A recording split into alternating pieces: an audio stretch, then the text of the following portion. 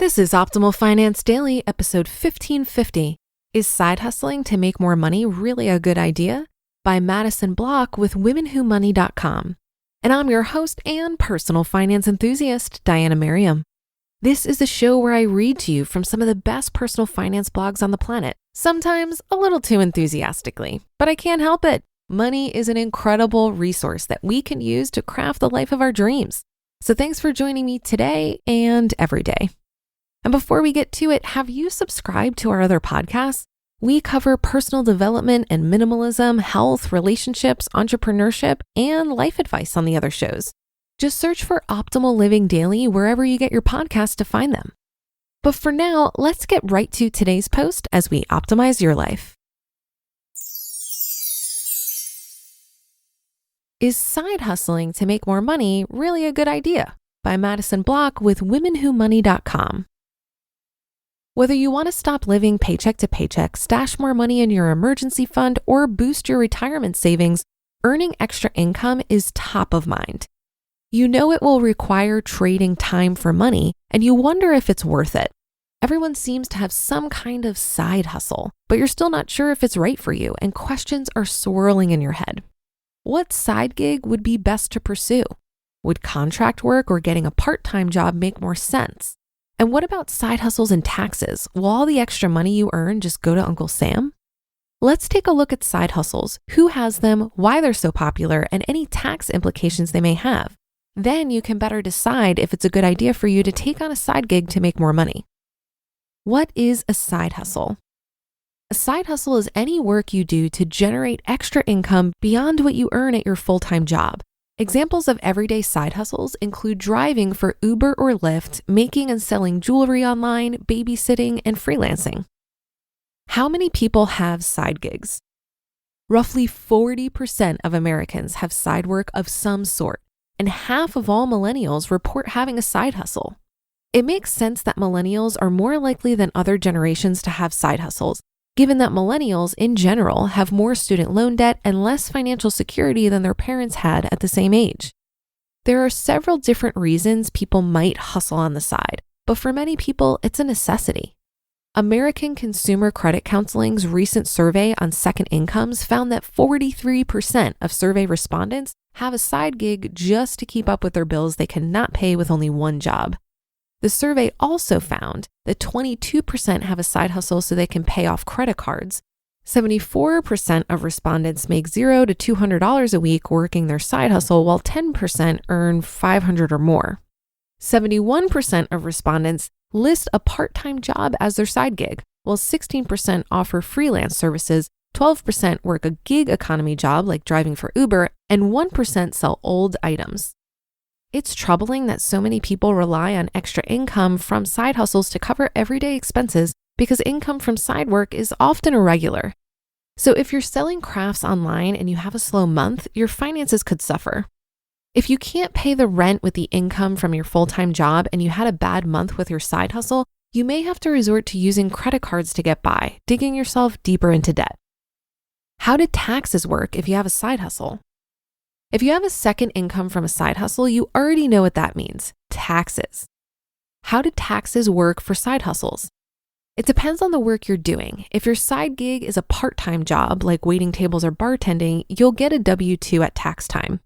If you're self-employed through your side hustle, it can get a little bit more complicated.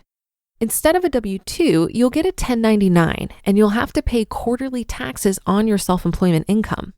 For these quarterly taxes, you use Form 1040-ES. While self-employment taxes may seem complicated at first, you can find plenty of online tools to help, and the more you do them, the easier it will get. Just take your time when doing your self-employment taxes, and if you have friends or family who have side hustles, don't be afraid to ask for help. Chances are they were probably just as confused as you are when they first started. Is a side hustle right for you? Before you jump into the side hustle life, there are some things you should consider. First, do you have the time? Side hustles can require a lot of time and energy. And if your full-time job is already demanding, maybe side work isn't for you. It's not worth compromising your physical and mental health if you end up overtired, overworked, and stressed out. Alternatively, if you find you have a lot of spare time after work and on weekends, why not do something to make a little extra cash? Fill those hours with a side job you love, and it's a win-win. If you love dogs, start getting paid to walk dogs during your free time. You'll have fun hanging out with some furry new friends and get paid for it. Another thing to consider is your skill set. Do you have skills you don't use at your full-time job that could be making you money elsewhere? Maybe you work a full-time job in accounting, but you also know how to make some killer cocktails. You could try bartending in the evenings after work or on the weekends. The bottom line is that if you have skills you aren't currently getting paid for, use them to make more money. Ask yourself this important question. Finally, the most critical question to ask yourself before you start hustling is this: why do I want to start a side hustle? If you're like the 43% in American Consumer Credit Counseling survey that need a side hustle to pay the bills, take a step back and look at your whole financial picture first. Remember, income from side hustles is not always regular, so you could be working an extra job and still be unable to cover all your expenses. Are there areas of your budget where you can cut back? Once you've corrected any errors in your budget and cut back all the expenses you can, then you can seriously consider a side hustle if you're still coming up short. Try to find a side hustle that's relatively stable. Selling crafts online or occasionally walking other people's dogs is probably not for you. Waiting tables, nannying, or some regular part-time job is probably your best bet. Of course, for some people, side hustles are hobbies that happen to make money. If you love knitting sweaters and can make a side business out of it, go for it. Many people don't feel fulfilled by their full-time job, and their side hustle is a way of pursuing their passion they can't do at their regular 9-to-5. Final thoughts on deciding to side hustle. Even though you might not need the extra money to cover your everyday expenses, you should still be responsible with it. Put it in your IRA or in an emergency fund. Ideally, you should have 3 to 6 months worth of expenses in an emergency fund to cover things like unexpected home or car repairs, medical bills, or family emergencies. You just listened to the post titled, "Is Side Hustling to Make More Money Really a Good Idea?" by Madison Block with WomenWhoMoney.com. Look, 2020 has proven to be the year of many things. But if you own a small business, this could also be the year which you switch to better payroll. Gusto wasn't just built for small businesses.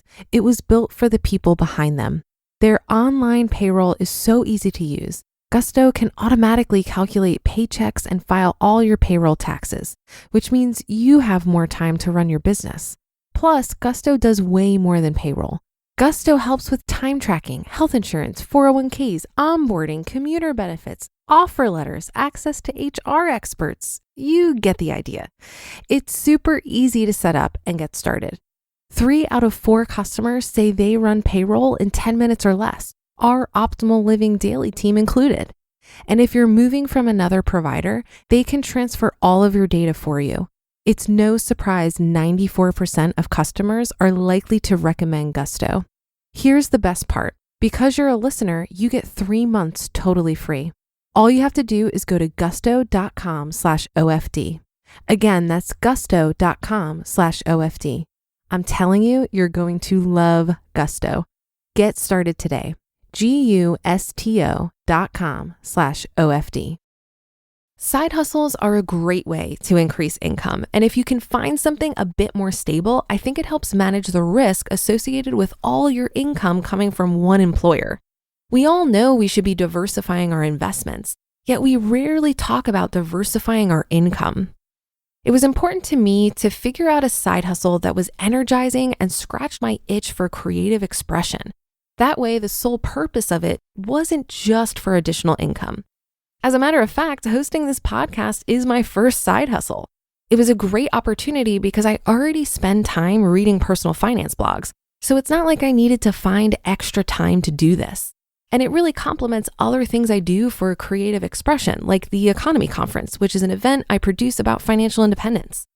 If you're short on time or still figuring out what you could do that would be energizing rather than draining, it could make more sense to invest more time into figuring out how to decrease your expenses and increase your income with your current employer, or by finding a new full-time job that pays more. For me personally, I optimized these 2 things, so reducing my expenses and optimizing my W-2 income, before I branched out into side hustle territory. But whatever you decide, just remember, there are no right or wrong answers here. There are endless ways that you can increase your income, reduce your expenses, and invest the gap. And we all have unique circumstances, skill sets, and preferences to consider and leverage on our path to financial freedom. And that's a wrap for another Monday show. Have a great rest of your day and start to your week. And I'll be back tomorrow as usual, where your optimal life awaits.